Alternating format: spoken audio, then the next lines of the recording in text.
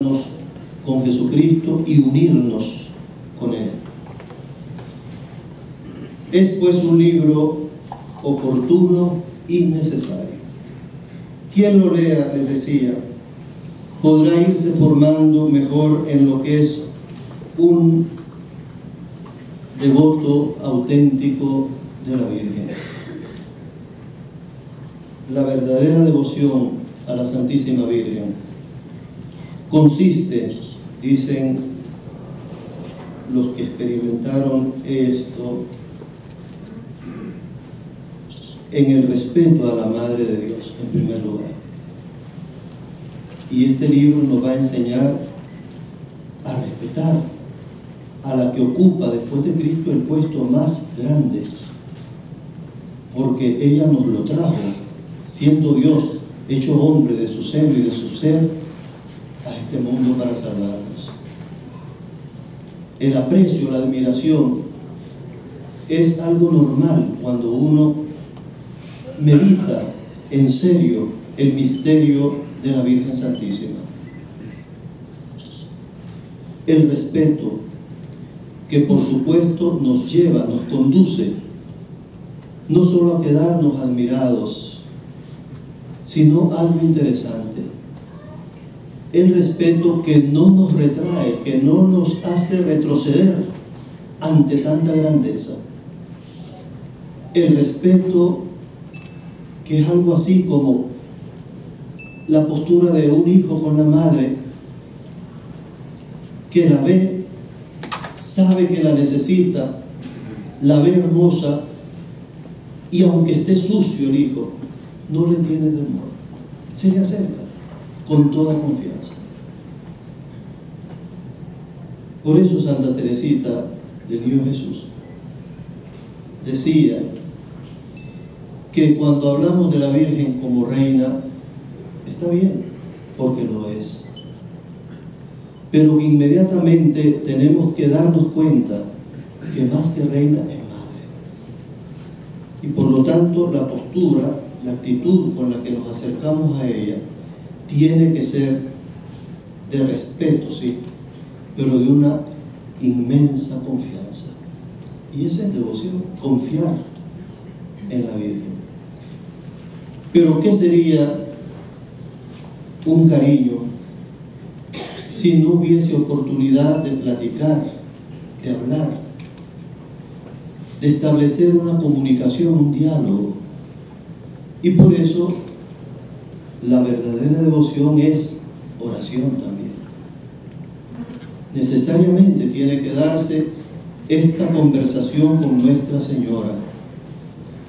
Y aquí algo de experiencia. Cuando se tiene este contacto con Nuestra Señora, la Virgen, pueden suceder dos cosas. Que la Virgen nos haga comprender que ella es alguien relativa a Jesucristo, lo cual es verdad y es la base de nuestra fe. Cristo es el centro de nuestra existencia. La Virgen nos va a conducir a eso.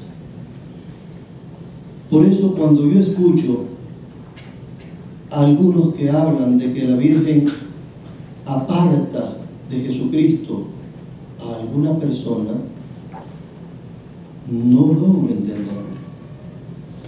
O le tendría que decir con una convicción de experiencia: no es verdad, no es verdad. Pero también puede ser que llegue a tanto el amor a la Virgen que uno pueda sentirse a veces, le sucedió a San Juan Pablo II, según lo cuenta él,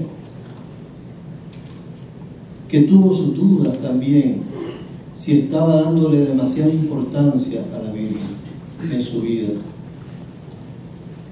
Y un libro, San Luis de Montfort, La verdadera devoción, según su testimonio, logró clarificarle lo que les decía antes, y luego su propia experiencia de un santo totalmente mariano, de que la Virgen efectivamente sin dejar de amarla todo lo que sea posible. Nunca será excesivo el amor a ella, jamás se pondrá ella para tapar a su hijo e impedir que nos encontremos con él. ¿Cómo puede hacer la devoción? Puede ser que comenzamos amando a la Virgen como lo hacemos generalmente de niños. Mi experiencia es esa, te la cuento. De niños. Y llega el momento en que uno sí se siente con el corazón lleno de fuego, de amor. Bueno, estoy contando cosas que no debería tal vez. Pero bien, lleno de un fuego de amor. Yo recuerdo que en un cuaderno lo llené del nombre de la Virgen a cada rato, María, María, María, María.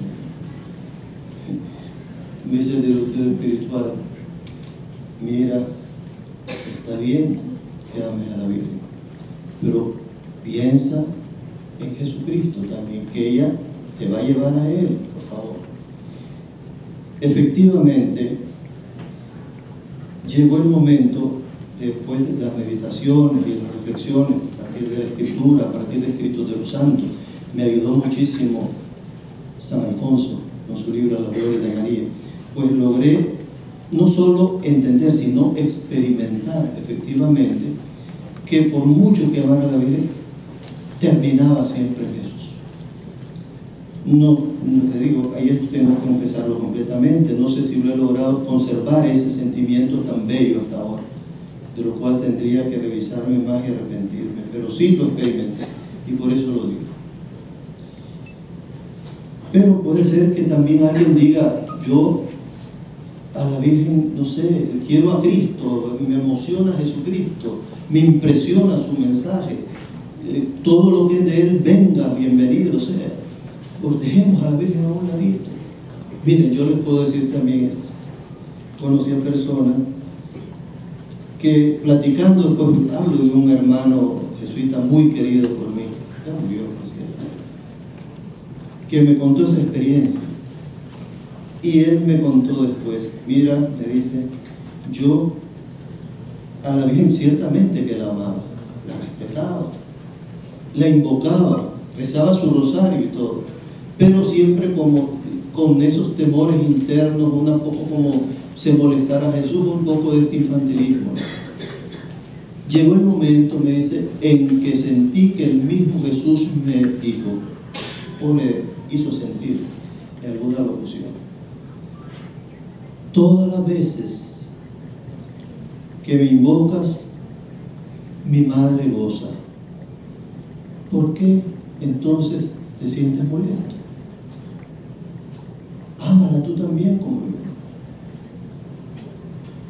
Bien, dejo estas cosas, ¿verdad? Porque no vine a hablar de experiencias mías y ajenas, ¿no? Del libro, ¿verdad? Pero creo que es necesario para que entendamos lo del libro, ¿verdad? Lo que es realmente la devoción a la Virgen Santísima.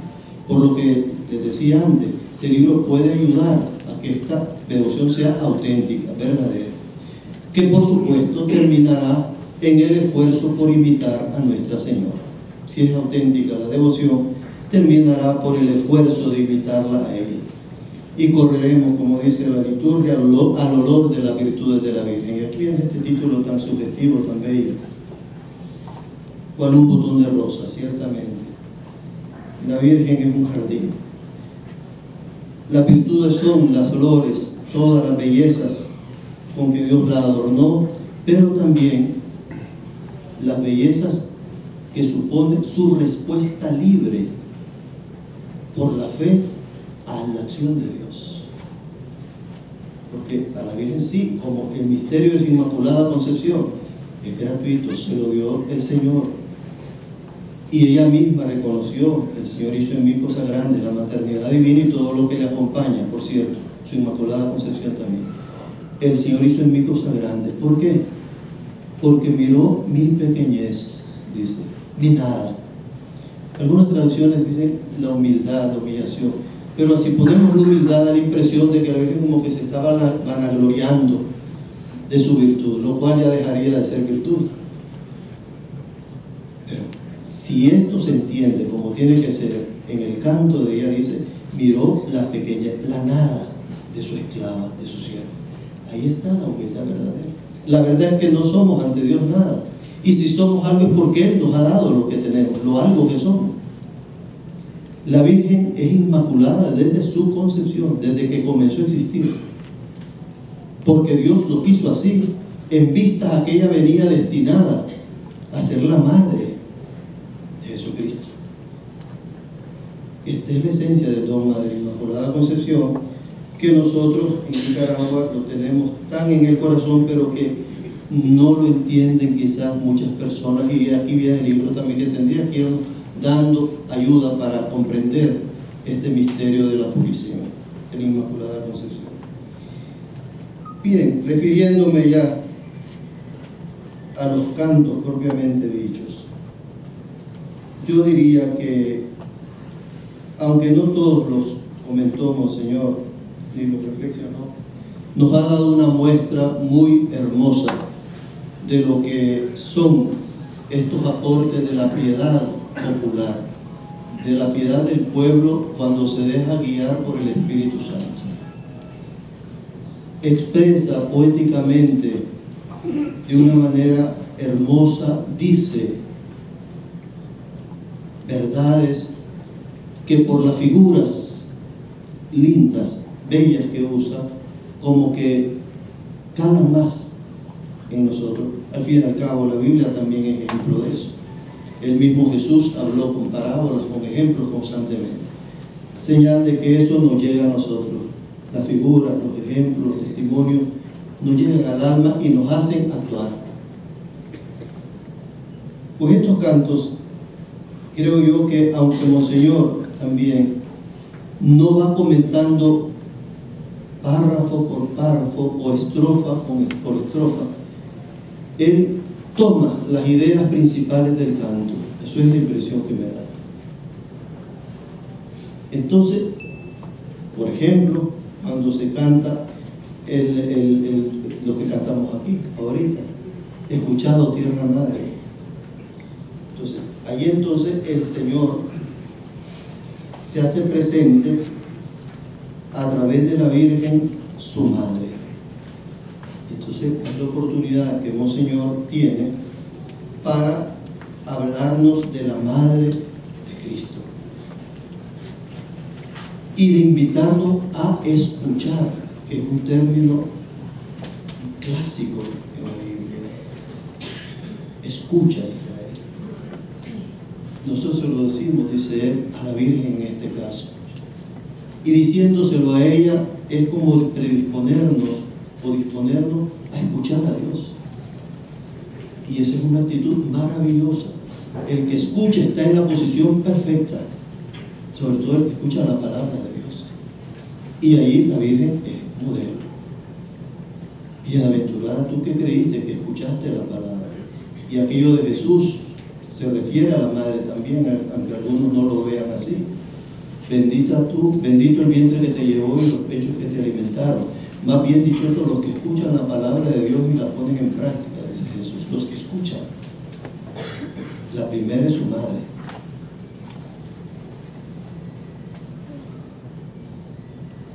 Hay también una imagen muy hermosa que se refiere al nombre de la Virgen, cuando comenta por eso el cristianismo. Con grata melodía recita el nombre de María. ¿Sí? Entonces, Monseñor nos hace entender la importancia del nombre en la Sagrada Escritura. El nombre expresa la realidad del ser de una persona. Entre nosotros los nombres se escogen por herencia, por sugerencia y actualmente, ¿verdad? Quizás suene un poco fuera de tono ahora lo que voy a decir, pero hay nombres que realmente no son nombres que se ponen ahora, ¿verdad? Porque mezclan cosas, palabras. Entonces es una costumbre realmente casi antibíblica, ¿verdad? No sé si el término vale, pero eso, ¿verdad?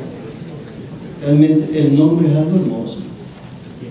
Y en el caso de Jesucristo, por ejemplo, es el Padre que se lo da. Así se lo comunicó a la Virgen y a San José. En el caso de la Virgen no tenemos ese testimonio en la Biblia, pero es lo normal pensarlo sin equivocarnos, porque la Biblia tiene mucha lógica. Hay deducciones tan sencillas que se surgen que ¿por qué complicarse la vida? Que segurísimo que ese nombre fue inspirado por Dios a los padres de la Biblia, no hay duda. Si el nombre de Juan, que era una misión inferior la que iba a cumplir, aunque era excelsa, lo señaló el mismo Dios, ¿cómo no iba a hacerlo con el de la Virgen, su madre? Y aquí entran los significados bellísimos de la Virgen, ¿verdad? Entre otros, es hermosa, estrella del mar, rebelde, fuerte contra el mal, luciente como estrella, en fin, tanto significa mar amargo, porque fue una mujer sufrida. En fin, hay significaciones que se dan del nombre de la Virgen. Dios los va, algunos de ellos, recordando, para que veamos la riqueza que tiene incluso el mismo nombre de la Virgen. Y si el nombre de ella es tan rico en matices, en cosas lindas, ¿cómo será ella? Piensen. Luego vienen los cantos de la Reina del Cielo. Explica, por supuesto, allí de una manera muy hermosa el Ave María, ¿no, Señor? O sea, el capítulo donde San Lucas nos habla de la Anunciación y hace referencias a la Virgen como reina también, recordando el lugar de honor que ocupaban las reinas madres, algunas mujeres también en la Biblia, dignificando de esa manera también algo tan actual como es la dignidad de la mujer. Los otros cantos, pues concebida, oh Virgen de Concepción, dulces himnos, que están consagrados directamente al dogma de la Inmaculada Concepción. Monseñor hace su interpretación y nos la presenta. Quizá en este caso a alguno le podría aparecer un poco, si no oscuro, un poquito, ¿cómo decirlo? Un poco duro de captar la tesis de Monseñor. Pero sí, una cosa que es válida es que esto está de acuerdo con el dogma de la Iglesia sobre el pecado original. El pecado original es la herencia que se da de nuestros primeros padres, según la Biblia y el Catecismo de la Iglesia Católica, y que viene a nosotros por generación, se transmite, y que ciertamente no es pecado que cometió cada uno, es la falta de justicia ante Dios, la falta de santidad. Y es fácil de entenderlo, según el mismo Catecismo y el Concilio de Trento. Es fácil de comprenderlo. ¿Por qué? Porque nadie da lo que no tiene. Nuestros padres, cualquiera sea la tesis que se acepte en la teología, los primeros seres humanos, creados en gracia de Dios, en amistad con Dios, la perdieron. Eso es el hecho en sí. La perdieron esta amistad con Dios.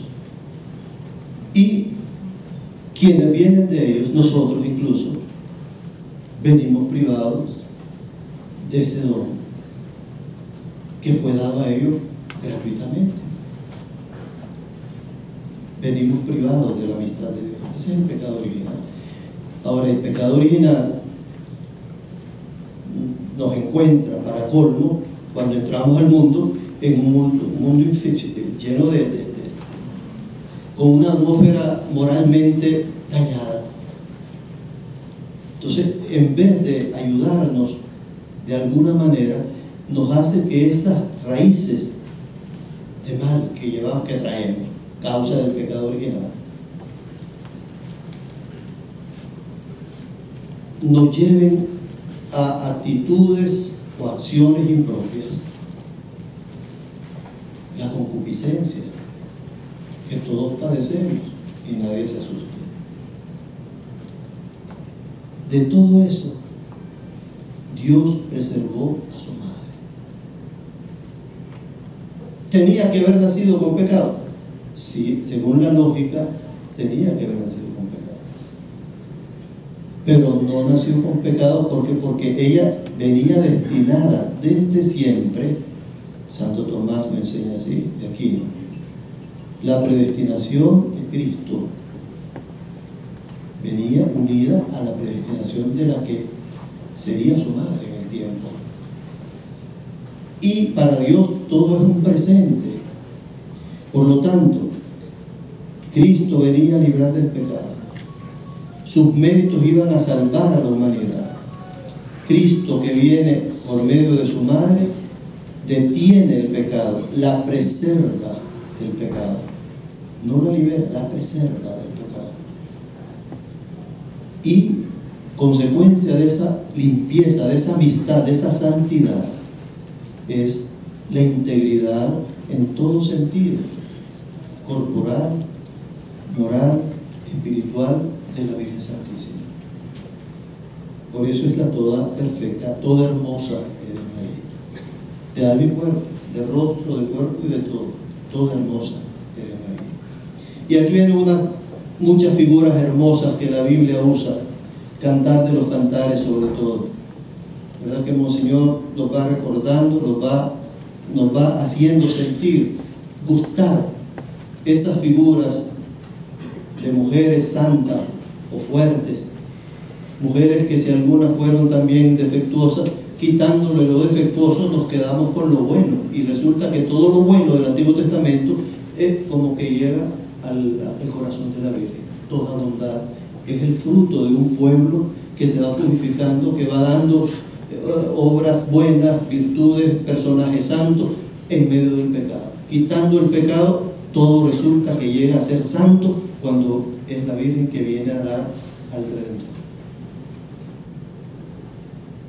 Estos cantos pues son los más quizás característicos que nos revelan el misterio de la Inmaculada Concepción. Y les decía, Monseñor lo aclara muy bien, ¿verdad?, que va todo de acuerdo, acorde a la doctrina de la Iglesia, pues, todo lo que él expresa en ese sentido.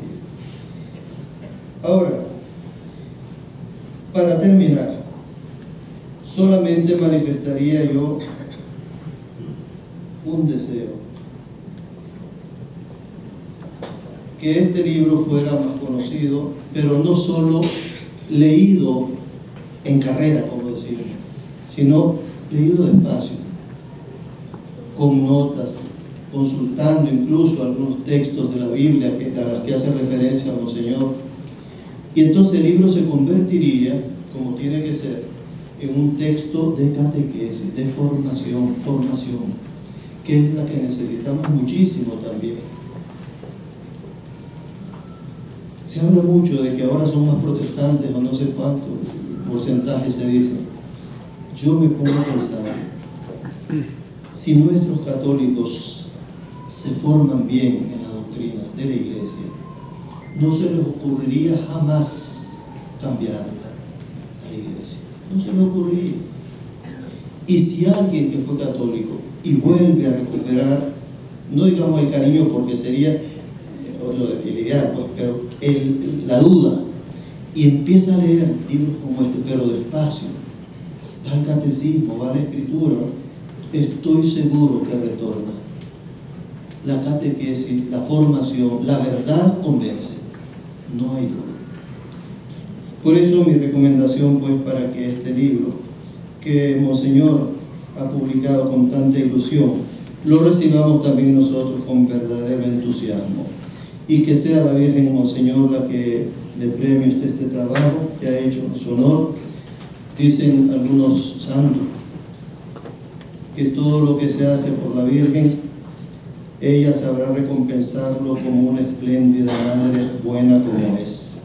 Que ella le conceda a usted también los dones, las gracias que usted está necesitando para que su ministerio siga fructuoso como hasta ahora y siga fiel como hasta ahora, y vaya haciendo también luz cada día más potente para que nos ayude a ver las cosas más claras, las cosas de Dios.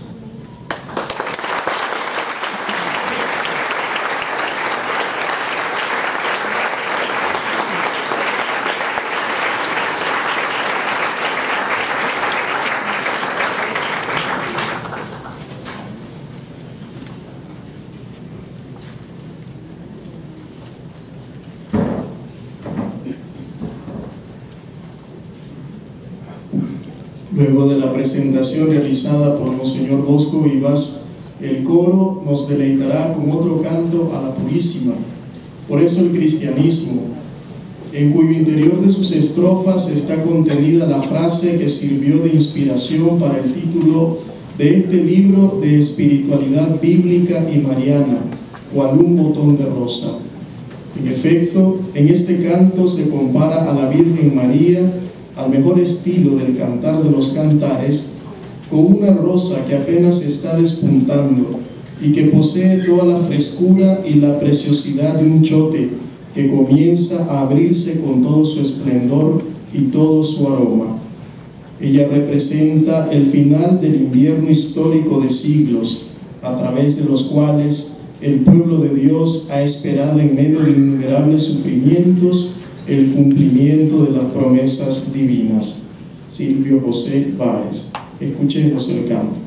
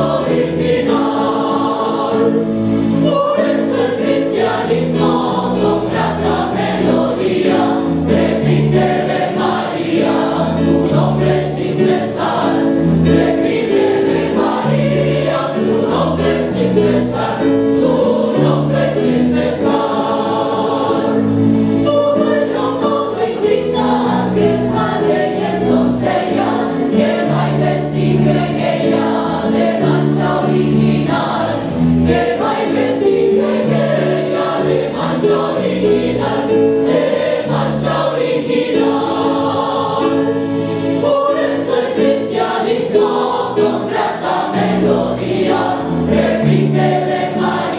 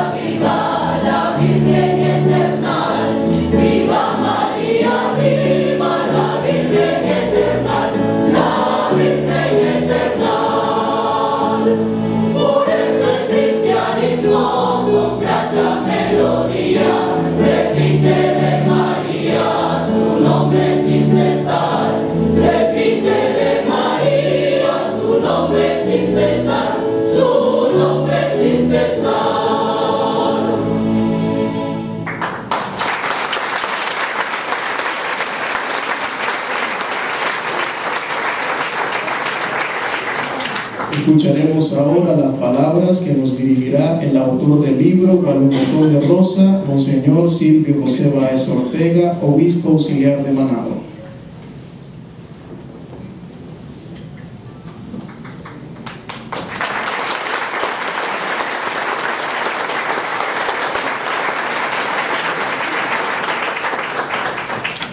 Buenas noches. Eminencia, señor cardenal Leopoldo José Brenes, hermano y amigo querido, con el que compartimos alegrías y luchas, retos y esperanzas en el trabajo pastoral de la Arquidiócesis de Managua. Gracias, Polito, por estar aquí con nosotros. Excelencia, Monseñor César Bosco Vivas, obispo de León. Gracias, Monseñor Bosco, que desde el inicio acogió con tanto cariño y entusiasmo el hacer la presentación de este libro bíblico sobre la Virgen María. Y gracias por sus bellas palabras, por su testimonio personal y por su invitación a volver nuestros ojos de fe a la Madre del Señor. Excelencia, Monseñor Carlos Enrique Herrera, obispo de Jinotega, un gran amigo y hermano. Tu presencia ha sido una sorpresa y un gran regalo del Señor y de la Virgen para mí. Gracias, Carlos Enrique, por estar aquí con nosotros. Estimado Jesús de Santiago, director de INCAMER, hermanos y hermanas, al presentar hoy a la Iglesia de Nicaragua este librito de reflexiones bíblicas sobre los cantos a la Purísima, deseo hacer ante todo una ofrenda de amor a la Santísima Virgen María, Madre del Señor, quien constantemente ha inspirado y acompañado mi vida y mi ministerio en la Iglesia, con su ejemplar camino de fe evangélica y su maternal ternura. Igualmente dedico el libro a todo el pueblo de Nicaragua, con el deseo de que la integridad y la santidad de la Virgen Inmaculada, puesta de manifiesto en su belleza espiritual de mujer libre y fuerte, conscientemente orientada al seguimiento de Cristo, inspire y estimule en nuestro país el compromiso incansable de vivir la bondad y la verdad, que son expresiones de la belleza, obras maestras del Espíritu, que crean la belleza auténtica en los corazones y en la historia, a través de nuestra apertura y compromiso por construir una sociedad nueva. Mi sueño más grande es que la belleza de la toda hermosa nos estimule a buscar y vivir la belleza interiormente, pero también hacerla presente en la sociedad como bondad y verdad para transformar nuestro país. No es broma lo que dijo Dostoyevsky: la belleza salvará al mundo. Me han movido a escribir este libro dos convicciones espirituales: la centralidad de la Sagrada Escritura para nuestra vida de fe como libro santo que contiene la palabra de Dios, y la centralidad de María de Nazaret en la historia de la salvación, por cuya colaboración libre y amorosa con Dios fue concebido y nació en la historia humana Jesucristo, el Hijo de Dios, Salvador del mundo. En modo particular, me estimularon mucho las palabras del Papa Benedicto XVI, cuando en la exhortación apostólica Verbum Domini escribió en el número 27: es necesario mirar allí donde la reciprocidad entre palabra de Dios y fe se han cumplido plenamente, o sea, en María Virgen. Y yo he querido volver los ojos a ella, escribiendo este libro con mucha fe y mucho amor. Como mi intención no ha sido escribir un tratado teológico completo sobre María, sino ofrecer reflexiones bíblicas que nos permitieran penetrar en algunos aspectos del misterio de la Santísima Virgen a partir de la Sagrada Escritura. Me decidí a rastrear textos, alusiones, imágenes y conceptos bíblicos en algunos de los antiguos y bellos cantos nicaragüenses de la Purísima, cantados sobre todo en estos días de fiesta en honor a la Inmaculada Concepción de María. Tuve por una parte la escritura y por otra parte los cantos a la Purísima.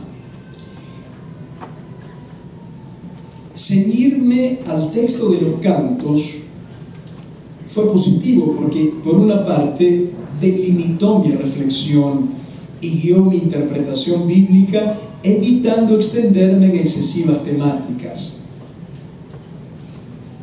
Pero por otra, el ceñirme a los cantos me impuso evidentemente un límite que ha hecho que mis reflexiones sobre la Virgen en el libro no agoten en ninguna manera el misterio y la misión de María en el plan de Dios. Para hacer esta lectura bíblica de María he elegido los cantos de la fiesta a la Purísima, porque me parece que son una de las expresiones más genuinas y bellas de la fe y el amor a la Virgen en nuestro pueblo. Una auténtica mariología popular que ha llegado a constituir un verdadero patrimonio cultural y religioso en Nicaragua. Hay que decir también que no es evidente a primera vista la relación entre la letra de los cantos y la Biblia. Y por supuesto que no todos los cantos están inspirados en la Biblia, ni todos encierran